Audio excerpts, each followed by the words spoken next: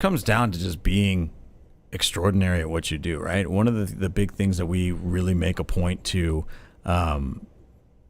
do in our business and for our agents is to go the extra mile. Like how often, and I've been guilty of it in the past, and I try not to be anymore. How often do you have a showing at 2:30 that's like 15 minutes from the office, and you're like, all right, I'm going to go to my 2:30 showing, and it's done by 3 o'clock, and you're like, all right, guess that's the day. That's a wrap, right?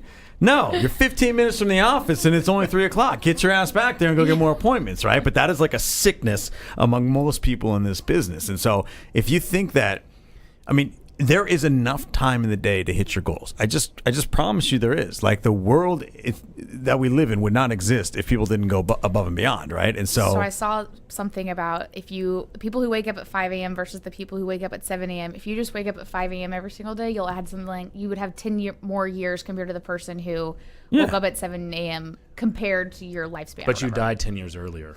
So, fine with me. Yeah. Fine with me. I don't want to be. Not when you have leverage. I don't want to be 100 years old. I wouldn't be able to do anything anyway. No. I want to live forever. Right.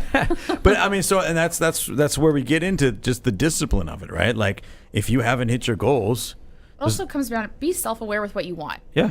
Do you want an actual massive business or do you not? Do you just want a $50,000 a year life? And that's okay. I don't think that gets stressed enough that you have to have this big why. You have to want this huge life. There's something to be said, like, do whatever makes you happy. I actually got to see Gary Vee live recently, and he talked about this. He said, we don't talk about happiness enough. You hear that, enough. Zach? Oh, and I'm seeing him again tomorrow. This is like a Gary Vee month.